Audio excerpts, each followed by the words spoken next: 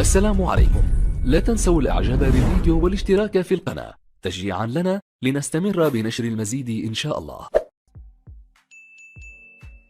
السلام عليكم ورحمة الله وبركاته. أهلا بكم مع موعد مباراة الأهلي القادمة مع المقاولون العرب في الدوري المصري الممتاز والقنوات الناقلة، وإليكم تفاصيل هذه المباراة ولكن بعد هذا الفاصل.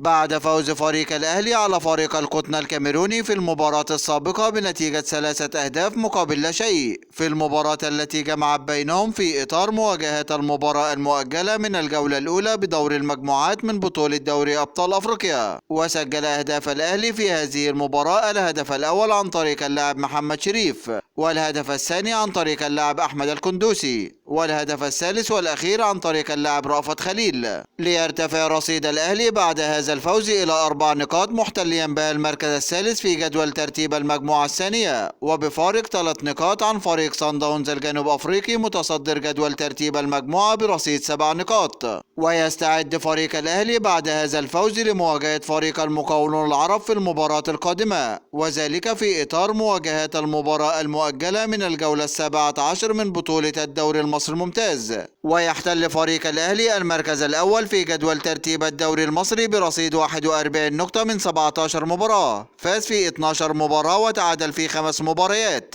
بينما يحتل فريق المقاولون العرب المركز السادس في جدول ترتيب الدوري المصري برصيد 32 نقطة من 19 مباراة، فاز في 8 مباريات وتعادل في 8 مباريات وهزم في 3 مباريات، ليكون الفارق 9 نقاط بينه وبين فريق الأهلي. ويسعى فريق الأهلي بتحقيق الفوز في هذه المباراة من أجل الابتعاد بقمة الدوري المصري عن أقرب المنافسين. وسوف تنطلق هذه المباراة يوم الثلاثاء الموافق 7 مارس 2023 7/3/2023 في تمام الساعة 5 مساء بتوقيت مصر والسودان وليبيا، 6 مساء بتوقيت السعودية وقطر والعراق واليمن وسوريا، 7 مساء بتوقيت الإمارات وعمان، 4 مساء بتوقيت تونس والمغرب والجزائر. وسوف تقام هذه المباراة على ملعب استاد الأهلي السلام، وسوف تنقل هذه المباراة عبر قنوات اون تايم سبورت 1 بصوت المعلقين أيمن الكاشف وطارق حسن. هذا كل ما لدينا عن موعد المباراة، وانتظرونا في موعد مباريات قادمة بإذن الله تعالى، ولا تنسوا دعم الفيديو بلايك والاشتراك في القناة وتوقع نتيجة المباراة في التعليقات أسفل الفيديو.